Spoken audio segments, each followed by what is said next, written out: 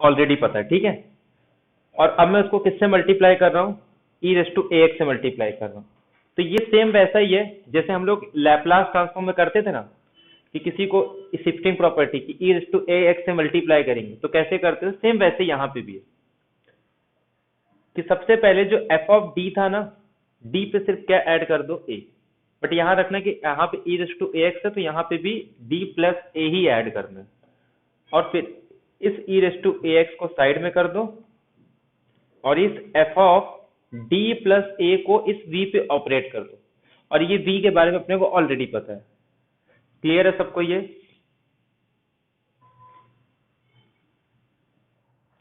जो इसके पहले हम लोग ने देखा था उसमें से कोई भी एक वी हो सकता है ये।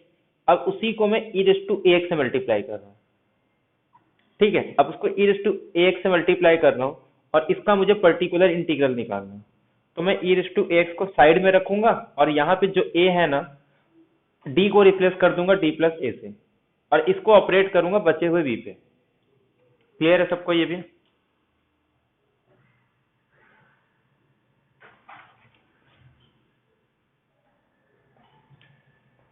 अब मान लो ई रेस टू ए एक्स से नहीं, इसको मैं मल्टीप्लाई कर रहा हूँ एक्स से। जैसे वहां पे भी हम लोग एक्स से मल्टीप्लाई करते थे, multiply by x divide by x. तो यहाँ पे डिवाइड का तो नहीं है, सिर्फ मल्टीप्लाई का है कि अगर मैं एक्स से वी को मल्टीप्लाई कर रहा हूँ तो उस केस में क्या होता है, अगर मुझे पर्टिकुलर इंटीग्रल निकालना है तो सबसे पहले इस एक्स को साइड में रखूंगा और इस वी पे एफ ऑफ डी को ऑपरेट कर दूंगा। क्लियर है सबको? एक्स को साइड में रखेंगे और इस वी पे एफ ऑफ डी को ऑपरेट करेंगे। प्लस अब क्या करेंगे, इस वन बाय जो एफ ऑफ डी है ना, इसका डेरिवेटिव लेंगे विथ रिस्पेक्ट टू डी। मतलब with respect to capital D इस one by F of D को डेरिवेटिव लेंगे। मतलब इसका जो भी आंसर, जैसे वन अगर one plus D plus one आ रहा है तो पहले इसका डेरिवेटिव लेंगे और फिर इसको ऑपरेट करेंगे किस पे, वी पे। क्लियर है सबको ये? पहले एक्स को साइड में रखो, वी पे डायरेक्ट एफ ऑफ डी को ऑपरेट कर दो, फिर उसके बाद इस one by F of D का डेरिवेटिव लो, फिर वी पे ऑपरेट करो। एक बार सीधे ऑपरेट करना है और एक बार उसका डेरिवेटिव ऑपरेट करना है, बस इतना ही है।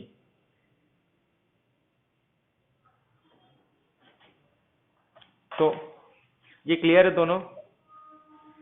जब ई रेस टू ए एक्स से मल्टीप्लाई करेंगे तब क्या करना है, और जब किसी एक्स से मल्टीप्लाई करेंगे किसी वी को तब क्या करना है। जैसे एक्स इंटू साइन एक्स आ गया या एक्स इंटू कॉस एक्स आ गया तो उस केस में क्या करना है अपने को, ई रेस टू ए एक्स आ गया तो फिर ये मत यूज करना, उसके पहले वाला यूज कर लेना। क्लियर है सबको? एक बार यस नो जो भी है कर दो फटाफट।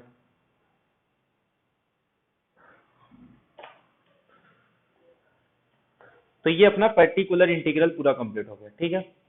अब नेक्स्ट आता है होमोजीनियस लीनियर डिफरेंशियल इक्वेशन।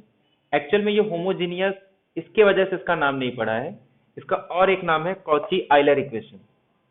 कि अगर मान लो कोई differential equation, linear differential equation इस फॉर्म में हो, हम लोग ने लीनियर डिफरेंशियल इक्वेशन किस फॉर्म में देखा था, a1 d raise to n minus one y dx raise to n minus one और लास्ट में a n y is equal to x। तो अगर ये x जीरो होगा तो होमोजीनियस, अगर x नॉन जीरो होगा तो नॉन होमोजीनियस। बट वो नॉन होमोजीनियस डिफरेंशियल इक्वेशन होता है। बट एक ऐसा इक्वेशन इसका नाम ही है होमोजीनियस लीनियर डिफरेंशियल इक्वेशन, उसका और एक नाम है कॉची आइलर इक्वेशन। ये यहां हम लोग 1 से स्टार्ट करते हैं और लास्ट में लेके आते हैं x टू n तक, x टू 0 से x, फिर लास्ट में x to n minus one और लास्ट में ये x टू n आएगा। इस फॉर्म के लीनियर डिफरेंशियल इक्वेशन को कहा जाता है होमोजेनियस लीनियर डिफरेंशियल इक्वेशन, या फिर इसी को कहते हैं हम लोग कॉची आइलर इक्वेशन। ठीक है, जैसे अगर for example X cube Y triple dash plus 2x square Y double dash plus 3x Y dash plus 4y is equal to 0, इस फॉर्म का अगर डिफरेंशियल इक्वेशन है, इसका मतलब ये देखो यहाँ पे कांस्टेंट, यहाँ पे x, यहाँ पे x स्क्वायर x क्यूब, बाकी ये लीनियर डिफरेंशियल इक्वेशन। इस फॉर्म के डिफरेंशियल इक्वेशन को कॉची आइलर इक्वेशन कहा जाता है या फिर homogeneous linear differential equation. Clear है सबको ये? अगर ये x भी रहेगा तब भी इसको होमोजीनियस लीनियर डिफरेंशियल इक्वेशन ही बोलते हैं, क्योंकि इसका नाम ये x की वजह से नहीं पड़ा है। क्लियर है सबको ये होमोजीनियस लीनियर डिफरेंशियल इक्वेशन या फिर कॉची आइलर इक्वेशन।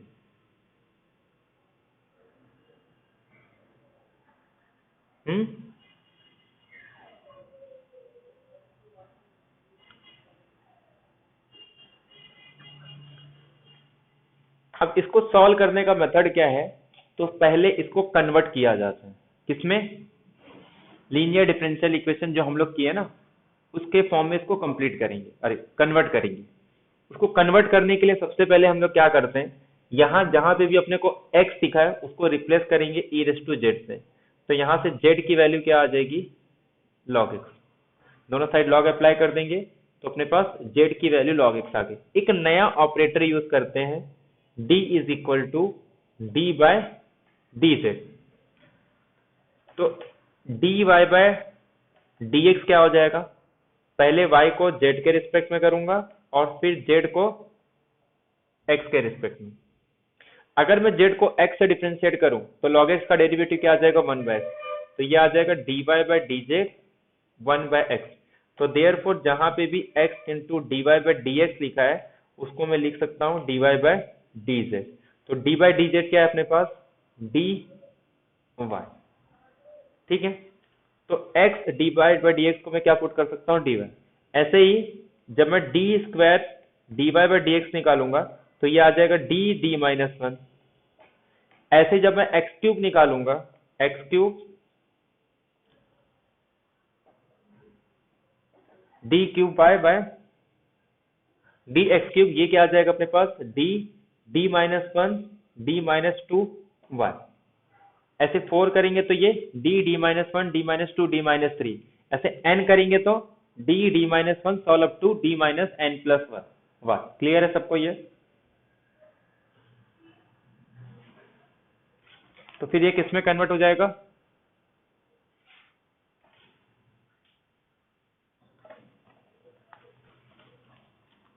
ये अपने पास लीनियर डिफरेंशियल इक्वेशन है ना।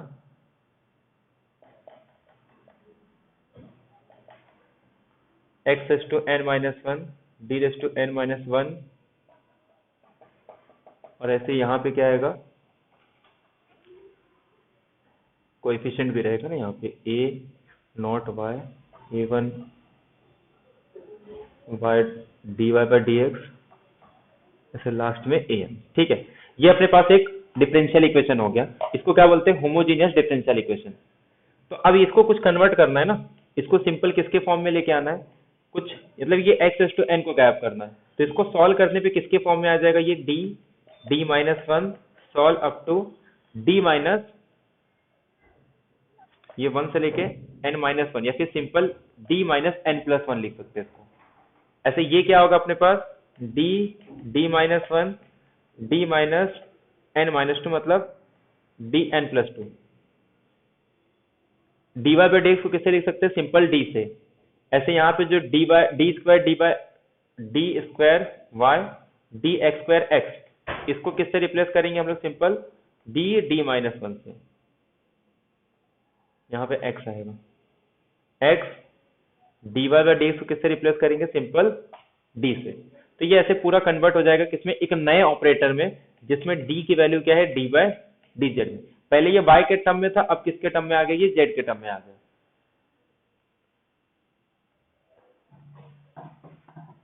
तो यही लास्ट में बोला था कि d से लेके d माइनस n प्लस 1 तक। जैसे एक सिंपल एग्जांपल ले लेते हैं, अगर मान लो कोई एक डिफरेंशियल इक्वेशन है D square plus 4x D plus 3y is equal to 0। इसको कन्वर्ट कर सकते हैं हम लोग,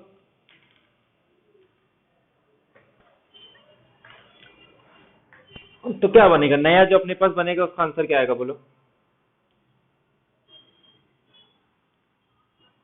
जो अपने पास नया लीनियर डिफरेंशियल इक्वेशन बनेगा क्या होगा बोलो,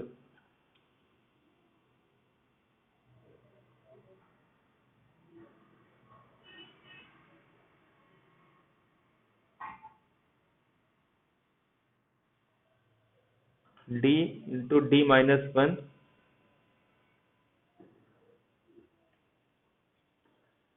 ये किस में कन्वर्ट हो जाएगा, D minus one plus four, X D किस में कन्वर्ट हो जाएगा, सिंपल डी में, तो plus three Y is equal to zero. तो ये आ जाएगा अपने पास D square plus three D plus three Y is equal to zero. Clear है। अब ये किसमें आ गया, सिंपल डिफरेंशियल इक्वेशन। अब इसको तो सॉल्व कर सकते हैं हम लोग। अब इसका ऑक्सिलरी इक्वेशन निकालो, M square plus three M plus three, इसको सॉल्व करो, जो भी आएगा डिस्टिंक्ट आएगा, सेम आएगा, उसके बाद उसको निकाल सकते हैं। बट याद रखना जो भी सॉल्यूशन आएगा वो जेड के टर्म्स में आएगा। जैसे अगर मान लो इसका रूट आ गया कुछ m1 और m2, तो इसका सॉल्यूशन क्या होगा, CF क्या आएगा अपने पास, C1 e raise to m1 z आएगा, ऐसे ही C2 e raise to m2 z, और e raise to m1 z को क्या लिख सकता हूं मैं, C1 x raise to m1 C2 x raise to m2। Clear है सबको, क्योंकि e रेस टू z को हम लोग ने x पुट किया है, तो e raise to m1 z की वैल्यू क्या आ जाएगी, x रेस टू m1, ऐसे e raise to m2 z की वैल्यू क्या आ जाएगी, x raise to m2। Clear है सबको ये पॉइंट। बाद में उसको x में कन्वर्ट करना है।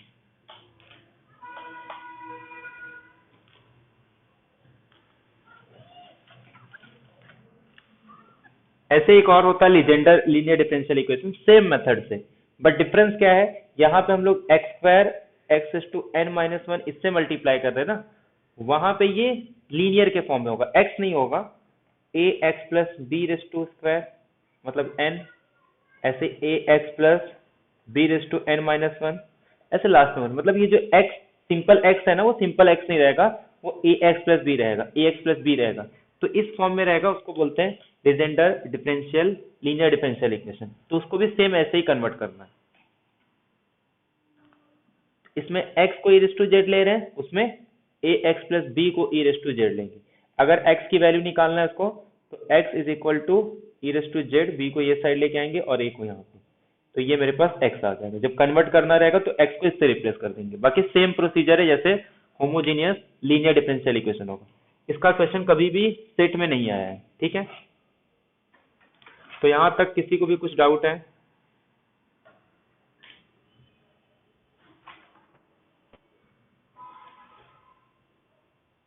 बोलो जल्दी।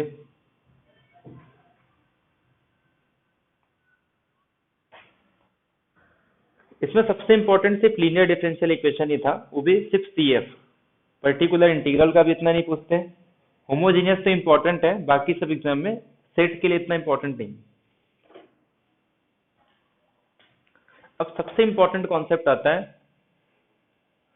रॉन्स्कियन, ठीक है, ये सबसे इंपॉर्टेंट है। पहले इसका डेफिनेशन देख लेते हैं इन जनरल, उसके बाद फिर इसको और अलग अलग तरीके से डिफाइन करेंगे। रॉन्स्कियन क्या होता है, जैसे मान लो अगर अपने पास y1 y2 दो फंक्शन दिया, मुझे क्या निकालना है, इसका रॉन्स्कियन निकालना है। तो सबसे पहला कंडीशन क्या है, इसका रॉन्स्कियन डिफाइन कर सकते हैं कि नहीं, तो इसका डेरिवेटिव एग्जिस्ट होना चाहिए, मतलब y1 डैश और y2 डैश। अगर इसका डेरिवेटिव एग्जिस्ट होगा तो हम लोग क्या निकालते हैं, इसका दोनों फंक्शन का रॉन्स्कियन निकालते हैं। और कैसे निकालते हैं, तो y1 y2 y1 dash y2 dash. तो ये तब हुआ जब इसका डेरिवेटिव पॉसिबल था। अगर इन केस मान लो इसका डेरिवेटिव पॉसिबल नहीं है, तो हम लोग क्या करते हैं, उस इंटरवल पे देखते हैं कि किस इंटरवल पे इसका डेरिवेटिव पॉसिबल, और फिर इसको ब्रेक करके अलग अलग इसका रॉन्स्कियन निकालते हैं। ये क्लियर हो गया सबको, और ये किसी इंटरवल पे डिफाइन हो रहा है। तो ये अपने पास रॉन्स्कियन का डेफिनेशन है। ऐसा अगर थ्री फंक्शन है अपने पास, तो उसका रॉन्स्कियन निकालना है, तो y1 y2 y3, तो क्या करेंगे हम लोग, y1 y2 y3, और ये सारे फंक्शन क्या होने चाहिए, थ्राइस डिफरेंशिएबल होने चाहिए, सॉरी ट्वाइस डिफरेंशिएबल होने चाहिए। तो y1 dash y2 dash y3 dash y1 double dash y2 double dash और y3 डबल डैश। इसका डिटरमिनेंट निकालो, ये तीनों फंक्शन का रॉन्स्कियन आ जाएगा। ये क्लियर है सबको डेफिनेशन रॉन्स्कियन का?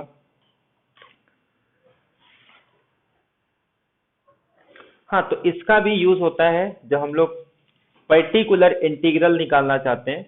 अगर मान लो अपने पास कॉम्प्लीमेंट्री फंक्शन गिवन है, जैसे मान लो कॉम्प्लीमेंट्री फंक्शन गिवन है, या फिर मैं कैलकुलेट भी कर सकता हूँ।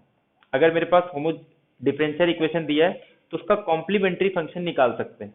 सबसे कॉम्प्लिकेटेड काम है पर्टिकुलर इंटीग्रल निकालना, क्योंकि इसके पहले जो भी हम लोग ने पर्टिकुलर इंटीग्रल निकाला है वो कुछ स्पेशल टाइप के लिए था, जैसे पॉलिनोमियल है e रेज़ टू ax के फॉर्म में तब निकाल सकते हैं, sin ax प्लस b के फॉर्म में तब निकाल सकते हैं, cos ax प्लस b के फॉर्म में तब निकाल सकते हैं, या कोई ऐसा फंक्शन जिसको हम लोग उस फॉर्म में कन्वर्ट कर सकते हैं, जैसे साइन स्क्वायर एक्स था उसको कन्वर्ट कर दिए, कॉस स्क्वायर एक्स होगा उसको कन्वर्ट कर देंगे।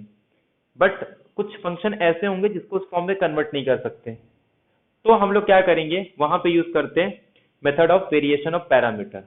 तो उसके लिए अपने को रॉन्सियन का भी हेल्प लगता है, इसके लिए मैंने उसको पहले ही बता दिया। जैसे अगर कोई भी सेकेंड ऑर्डर का लीनियर डिफरेंशियल इक्वेशन अपने पास दिया है, मान लो ये अपने पास एक सेकेंड ऑर्डर का लीनियर डिफरेंशियल इक्वेशन है। अब इसमें सबका पी क्यू आर का, ठीक है, जिसमें पी क्यू आर जो होंगे ये कुछ एक्स के फंक्शन होंगे। इसके पहले हम लोग ने क्या देखा था, वो सारे डिफरेंशियल इक्वेशन जिनके कांस्टेंट कोएफिशिएंट है, बट यहाँ पे ऐसा कुछ नहीं। पी क्यू आर ये एक्स के फंक्शन होंगे, मतलब ये एक्स स्क्वायर भी हो सकता है, एक्स क्यूब भी हो सकता है, जो भी हो सकता है, ठीक है। तो ये अपने पास क्या आ गया, और मान लेते हैं इसका सी एफ गिवन है। अगर ये कांस्टेंट होगा तो मैं इसका सी एफ निकाल सकता हूँ, अगर कांस्टेंट नहीं है तो फिर इसका सी एफ निकालना पड़ेगा। तो वो जो हम लोग ने पढ़ा है उसी में से कुछ अलग टाइप का कभी नहीं देंगे, जो हम लोग ऑलरेडी पढ़ के आए ना उसी में से किसी एक टाइप का होगा। तो उस मेथड से हम लोग सी एफ निकालेंगे। एक बार अगर सी एफ मिल गया तो फिर नेक्स्ट प्रोसीजर होता है जनरल सॉल्यूशन निकालने का। तो ये अपने पास एक मान लेते हैं सेकेंड ऑर्डर का differential equation, linear differential equation है where P Q R is the function of X. तो सबसे पहले तो मैं क्या करूंगा, इसका सी एफ निकाल लूंगा। अगर पहले से दिया है तो ठीक है, नहीं दिया है तो ये फाइंड आउट कर लूंगा। अगर सी एफ मिल गया देन सी एफ क्या होता है अपने पास, C1 जो पहला, मतलब दो लीनियरली इंडिपेंडेंट होंगे ना, सेकेंड ऑर्डर का है तो दो लीनियरली इंडिपेंडेंट। मान ले यहाँ पे कोई अपने पास सॉल्यूशन आ गया y1x, और यहाँ पे C2 एक आ गया y2x। ये पहला सॉल्यूशन है, ये सेकंड सॉल्यूशन, और दोनों आपस में कैसे लीनियरली इंडिपेंडेंट है। अब ये जो C1 C2 है इसको रिप्लेस करना है, किससे रिप्लेस करना है, u ऑफ x से, और इस C2 को रिप्लेस करना है v ऑफ x से, और इसी को हम लोग बोलेंगे कि ये मेरे पास जनरल सॉल्यूशन आ गया। ठीक है, क्लियर है सबको, ये मेरे पास जनरल सॉल्यूशन। अब मेरा काम क्या है, ये u ऑफ x क्या होगा और v ऑफ x क्या होगा, बट ये मेरा हो गया। CF मेरे पास गिवन होगा, मैंने CF को इस तरीके से निकाला, और जो C1 C2 है इस C1 को रिप्लेस करूंगा u ऑफ x से, और इस C2 को रिप्लेस करूंगा v ऑफ x से। अब ये u ऑफ x और v ऑफ x अपने को अलग से कैलकुलेट करना है। तो ये मेरे पास आ गया जनरल सॉल्यूशन, कोई भी डिफरेंशियल इक्वेशन अगर इस फॉर्म का है तो। क्लियर है सबको, यहां तक कोई दिक्कत?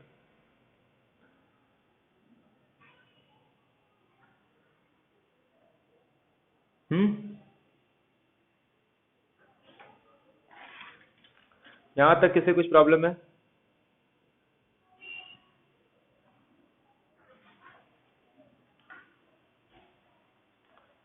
अब अपने को क्या करना है, सिर्फ ये u ऑफ x निकालना है और v ऑफ x निकालना है। जब u ऑफ x निकालते हैं तो y2 का यूज करते हैं, ये याद रखना है।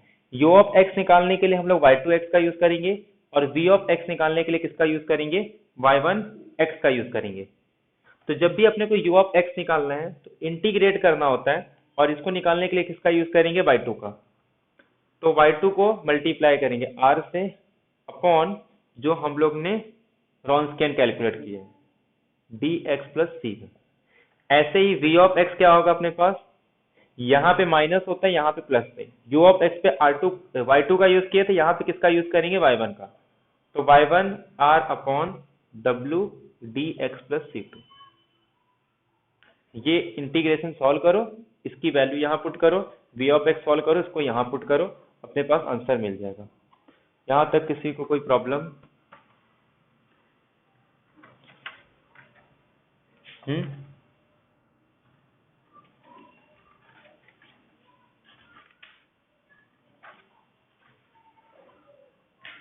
तो इसको बोलते हैं हम लोग method of variation of parameter. ठीक है, जब अपने पास सी एफ गिवन है तो हम लोग उसका जनरल सॉल्यूशन निकाल सकते हैं, बट यहाँ पे ध्यान रखना दो सॉल्यूशन अलग अलग दिया होना चाहिए। y1 y2 दिया है, उसका रॉन्स्कियन कैलकुलेट करो, रॉन्स्कियन नॉन जीरो आना चाहिए, ये भी याद रखना रॉन्स्कियन जीरो नहीं होना चाहिए, और वैसे भी रॉन्स्कियन जीरो रहेगा भी नहीं, क्योंकि जो दो सॉल्यूशन आते हैं ना y1 y2, अच्छा रॉन्स्कियन जीरो नहीं होगा क्यों, कोई बताएगा इसका रीजन? आगे हम लोग डिस्कस करेंगे।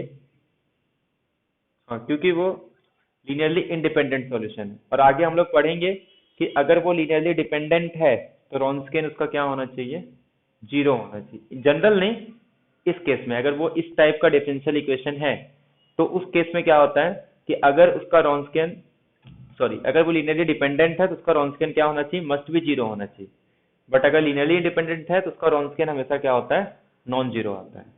इन जनरल नहीं, सिर्फ इस टाइप के डिफरेंशियल इक्वेशन के लिए ही।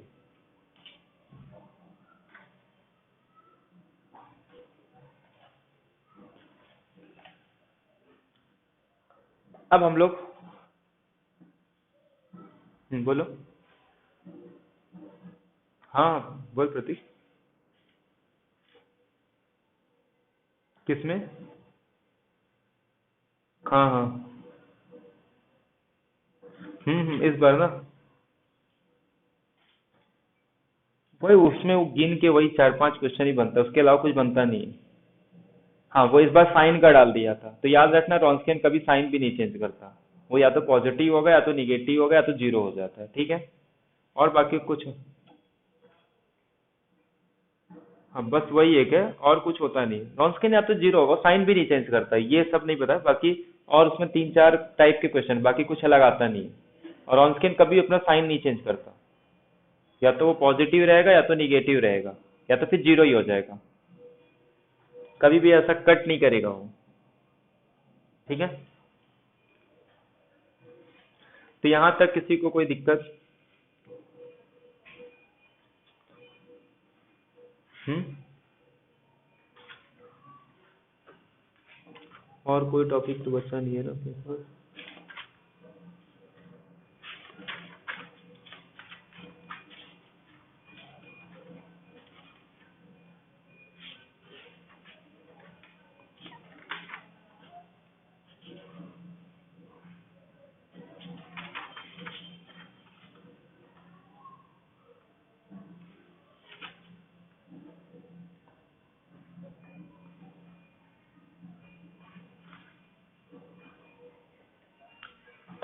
यहाँ तक किसी कोई प्रॉब्लम है?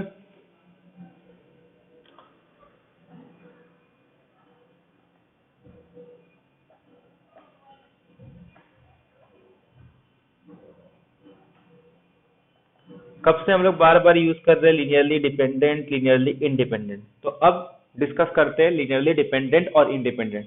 सबसे ज्यादा क्वेश्चन और जो कंफर्म है, जो अब तक सेट में सबसे ज्यादा क्वेश्चन आया, वो जो अभी टॉपिक पढ़ेंगे वहां से आया, लीनियरली डिपेंडेंट इंडिपेंडेंट या रॉन्स्कियन से। क्योंकि इसके पहले जो भी टॉपिक पढ़े है ना, उससे या तो एक क्वेश्चन है या दो क्वेश्चन है, बट ये टॉपिक है जिससे सेट में हर बार एक एक क्वेश्चन बनता ही है, तो बहुत इंपॉर्टेंट है। लास्ट टाइम भी इससे बना था, उसके पहले भी बना था, और लगभग हर साल, एक दो साल को छोड़ देंगे तो हर बार इस टॉपिक से क्वेश्चन बने।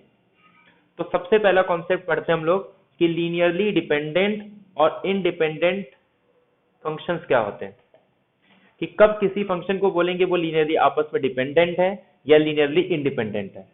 सेम वैसे ही होता है, उसका मीनिंग ही होता है लीनियरली इंडिपेंडेंट का क्या, जैसे वेक्टर में पढ़ते हैं, बट इसके प्रॉपर्टी में थोड़ा डिफरेंस हो जाता है, क्योंकि यहाँ पे हम लोग फंक्शन जो है वो किसी इंटरवल पे डिफाइन करते हैं। तो अगर मैं इंटरवल को छोटा बड़ा कर रहा हूँ तो उसके लीनियरली डिपेंडेंट या इंडिपेंडेंट पे क्या इफेक्ट होगा, बस वो थोड़ा अलग से अपने को डिस्कस करना है। बाकी सेम वही डेफिनेशन है जो वेक्टर में होता है। वेक्टर में क्या डेफिनेशन है, अगर मान लो मैं दो वेक्टर ले लूं, तो ये दोनों आपस में लीनियरली डिपेंडेंट कब होते हैं, जब या तो v2 v1 का मल्टीपल हो या फिर v1 v2 का मल्टीपल, मतलब दोनों में से कोई एक दूसरे का मल्टीपल होना चाहिए। मतलब ऐसा कोई कांस्टेंट मिल जाए जिसको मैं v2 से मल्टीप्लाई, c से मल्टीप्लाई कर दूं v2 को, तो v1 बन जाए, या फिर v1 को किसी कांस्टेंट से मल्टीप्लाई करके v2 बना दूं। अगर ये पॉसिबल है तो हम लोग क्या बोलते हैं कि v1 v2 वेक्टर आपस में लीनियरली डिपेंडेंट है। तो ऐसे सेम डेफिनेशन यहाँ पे भी है कि लीनियरली डिपेंडेंट का दो वेक्टर के लिए या फिर सॉरी दो फंक्शन अपने पास गिवन है, y1 y2 are two functions define on, और याद रखना ये हमेशा किसी इंटरवल पे डिफाइन करते हैं, मतलब y i is a function define on I to R. ठीक है, तो किसी इंटरवल पे मैं इसको डिफाइन कर रहा हूं। तो ये दोनों आपस में लीनियरली इंडिपेंडेंट कब होंगे या फिर लीनियरली डिपेंडेंट कब होंगे? तो y1 y2 are linearly dependent if and only if जब y1 is equal to c times y2 for some c। ठीक है, तो ये अगर ऐसा नहीं होगा तो इसका मतलब ये दोनों फंक्शन आपस में लीनियरली डिपेंडेंट नहीं है। क्लियर है सबको ये? x sin x linearly dependent है ये? हाँ, लीनियरली इंडिपेंडेंट है। क्यों? ऐसा कोई नंबर नहीं है जिसको मैं मल्टीप्लाई कर दूं x से और sin x बन जाए। मान लो मल्टीप्लाई कर दिया ax, तो क्या ये sin x के इक्वल हो सकता है कभी? 2x 3x रूट x ऐसा कोई नंबर है मैं मल्टीप्लाई कर दूं और ये sin x बन जाए? नहीं है। तो इसका मतलब ऐसा कोई भी कांस्टेंट एग्जिस्ट नहीं हो रहा है कि sin x को उस कांस्टेंट से मल्टीप्लाई करके मैं x बना सकूं या x को किसी कांस्टेंट से मल्टीप्लाई करके sin x बना सकूं। तो देयरफॉर ये दोनों आपस में लीनियरली इंडिपेंडेंट है। क्या x e raise to x linearly independent है? क्या मैं x को e रेज़ टू x बना सकता हूं?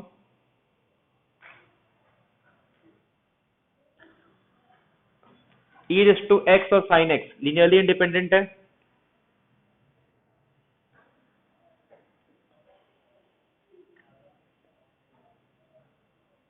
हाँ, e raise to x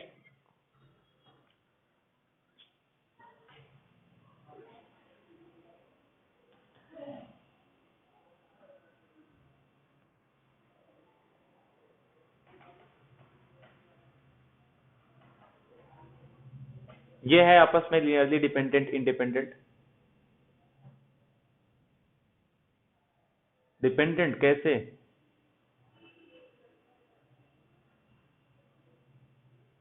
dependent कौन बोला? sin x को मैं इन दोनों के फॉर्म में लिख सकता हूं।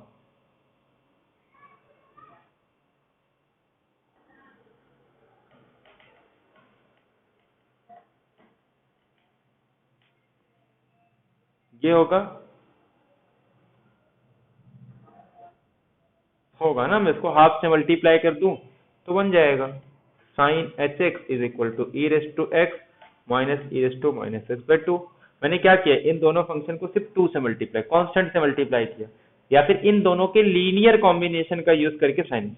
हालांकि अभी तक हम लोग डिस्कस नहीं किया, अभी तक सिर्फ 2 के लिए देख रहे हैं ना, अच्छा 3 के लिए भी देखें। तो ये क्लियर हो गया सबको? समझ में आ रहा है ना लीनियरली डिपेंडेंट कब बोलेंगे, डिपेंडेंट कब बोलेंगे? तो दो फंक्शन के लिए डायरेक्ट मल्टीप्लाई करेंगे, अगर 3 फंक्शन है तो उसके लीनियर कॉम्बिनेशन में होना चाहिए।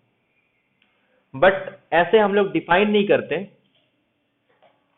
इन जनरल हम लोग क्या कहते हैं कि अगर किसी भी फंक्शन को जैसे y1 y2 solve up to yn, ये या तो आपस में लीनियरली इंडिपेंडेंट होंगे या तो लीनियरली डिपेंडेंट, दो ही चीज होगा, या तो इंडिपेंडेंट होगा या तो डिपेंडेंट होगा। तो एक काम करते हैं, मान लो इनका लीनियर कॉम्बिनेशन लिया और वो 0 आ गया। ठीक है, किसी तरीके से मैंने लीनियर कॉम्बिनेशन लिया और उनके लीनियर कॉम्बिनेशन का आंसर 0 आ गया। ठीक है, अब अगर 0 आ ही गया तो लीनियरली इंडिपेंडेंट क्या कहता है कि अगर ये 0 आ गया ना तो फिर सारे अल्फा आई को 0 होना पड़ेगा। लीनियर डिपेंडेंट क्या कहता है, ठीक है कोई दिक्कत नहीं, अगर 0 हो गया फॉर सम नॉन जीरो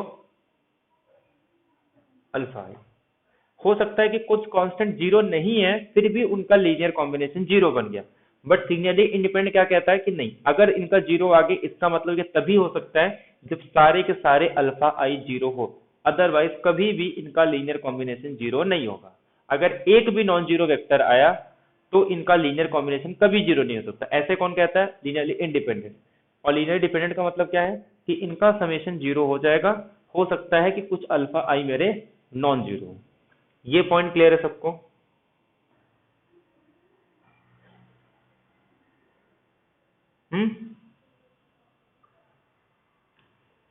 ये समझ में आया सबको कि अगर किसी भी फंक्शन का लीनियर कॉम्बिनेशन जीरो है तो जितने भी कोएफिशिएंट होंगे वो सारी क्या होने चाहिए? जीरो होने चाहिए। कब? जब लीनियरली इंडिपेंडेंट है।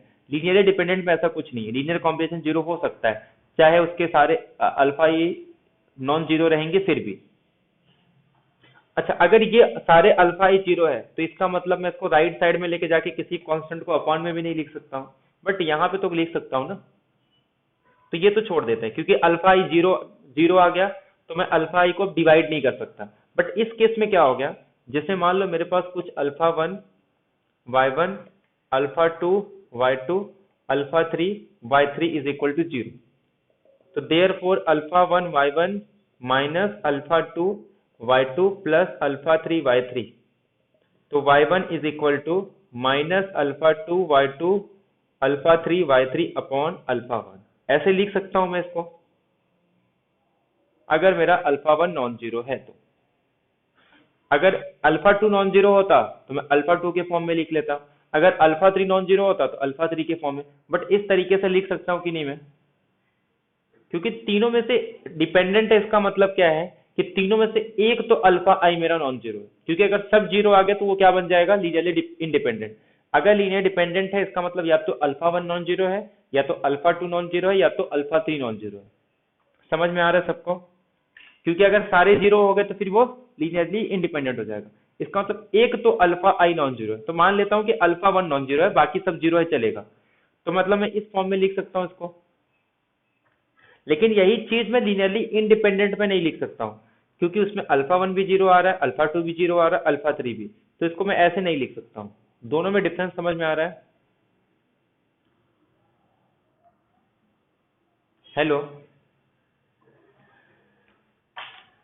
इसका मतलब क्या हो गया कि ये अल्फा टू अल्फा वन को मैं कोई नया कांस्टेंट दे सकता हूँ सी वन वाई टू, इसको कुछ नया कांस्टेंट देता हूँ सी टू वाई थ्री। इसका मतलब क्या हो गया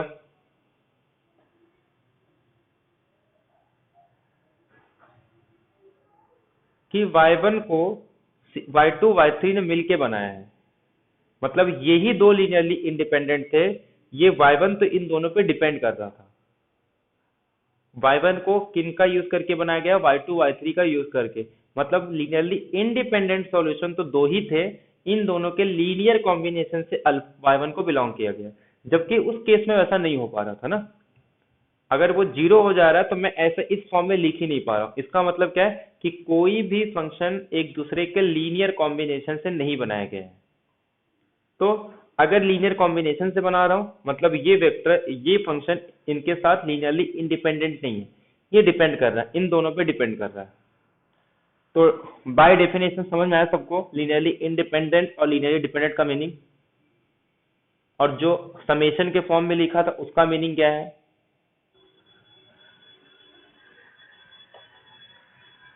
हेलो,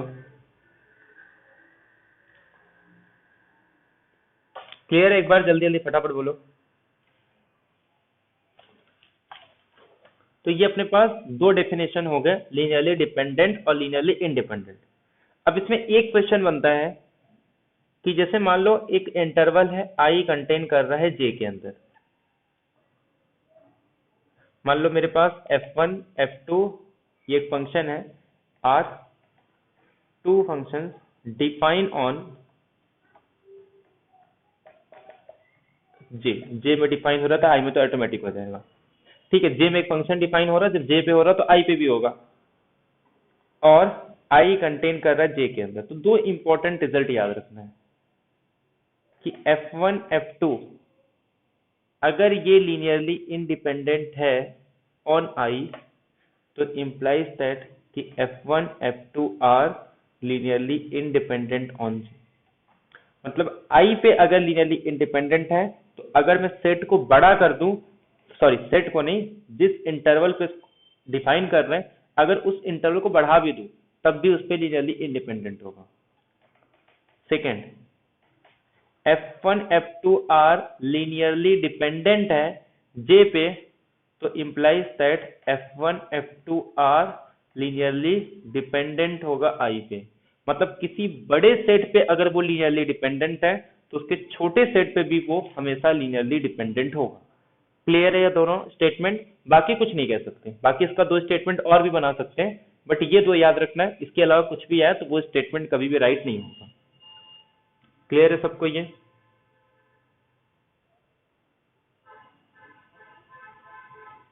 यहां तक किसी को कोई दिक्कत? फटाफट बोलो। हम्म,